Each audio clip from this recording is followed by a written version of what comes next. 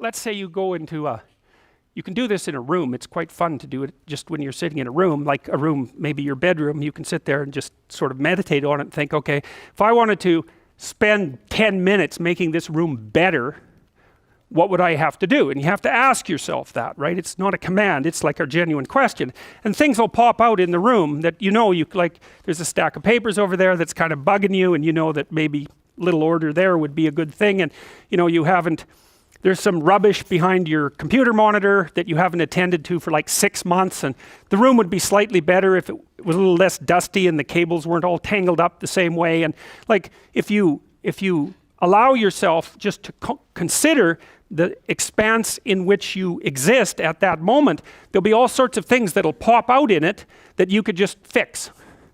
And I might say, well, if you were coming to see me for psychotherapy, this easiest thing for us to do first would just be to get you to organize your room. You think, well, is that psychotherapy? And the answer is, well, it depends on how you conceive the limits of your being. And I would say, start where you can start. If something announces itself to you, which is a strange way of thinking about it, as in need of repair, that you could repair, then hey, fix it.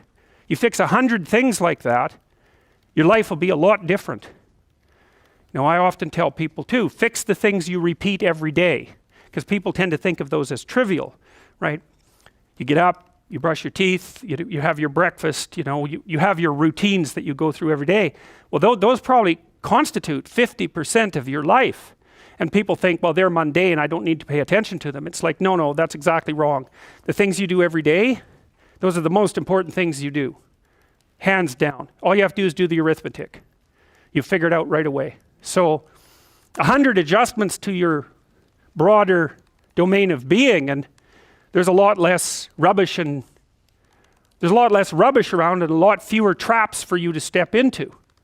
And so that's in keeping with Jung's idea about erasing once you've got your mind and your emotions together, and once you're acting that out, then you can extend what you're willing to consider yourself and start fixing up the things that are part of your broader extent. Now, sometimes you don't know how to do that. So you might say, imagine you're walking down Bloor Street and there's this guy who's like alcoholic and schizophrenic and has been on the streets for 10 years. He sort of stumbles towards you and, incoherently mutters something.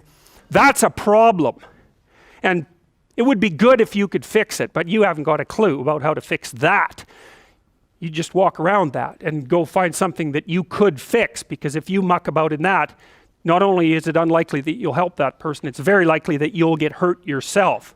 So, just because while you're experiencing things announce themselves as in need of repair, doesn't mean that it's you right then and there that should repair them. You have to have some humility. You don't walk up to a helicopter that isn't working and just start tinkering away with it. You have to stay within your domain of competence. But most of the time, if people look at their lives, it's a very interesting thing to do. I like the idea of the room, because you can do that at the drop of a hat. You go back to where you live and sit down and think, okay, I'm going to make this place better for half an hour. What should I do? And you have to ask. And things will just pop up like mad. And it's partly because your mind is a very strange thing. As soon as you give it a name, a genuine aim, it'll reconfigure the world in keeping with that aim. That's actually how you see to begin with.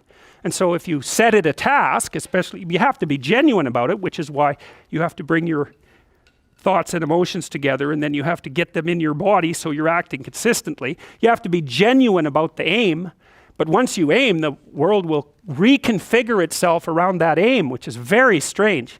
And it's technically true.